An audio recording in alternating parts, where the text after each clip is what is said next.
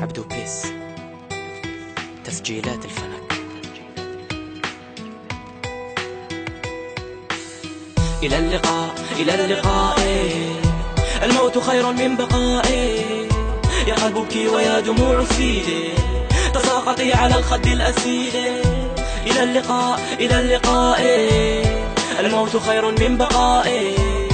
يا قلبك ويا دموع سيدي تساقطي على الخد الأسيد. يا دمعة سيلي على الجفون، أردت أمنا لكن خالفوا. اعتبرني كائنا أراد أن يكون، وصلت لصوت صرخة تحرك السكون. يا من رماني لا يهمني الحداد، ظلمتني وتشهد السبع الشداد. هربت كي أحقق الأماني، لا أمان لي في عالم رماني. بلليني يا مياه بلليني، ويا أمواج نحو الجنة احمليني، ويا رياح بالرمال زمليني.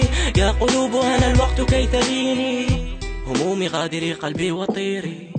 تعبت من هذا العذاب المستطير، ويا دموع فارقيني لا تعودي إلى نراح نحو جنة الخلود. إلى اللقاء إلى اللقاء، الموت خير من بقاء. يا قلبك ويا دموع سيدي تساقطي على الخد الأسيد. إلى اللقاء إلى اللقاء، الموت خير من بقاء.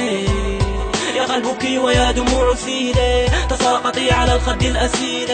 لحد للهموم في قلبي ولا مدى، ودمعتي تساقطت كقطرة الندى. ناديني بالفتى الذي ضعا تعودا، دقائقي تمر بالأذى مزودا.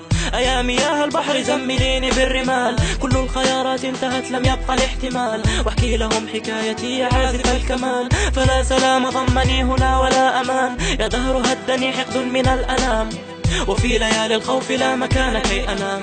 أخافني صوت الصراخ قمت من سريري، خذني نحو الماء يا مصيري. هربت من قلب قسى ومن دم رسى، ومن لهيب نار في كراسي المدرسة.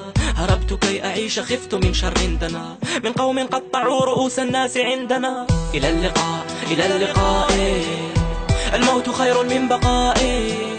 يا قلبك ويا دموع سيدي تساقطي على الخد الأسيد.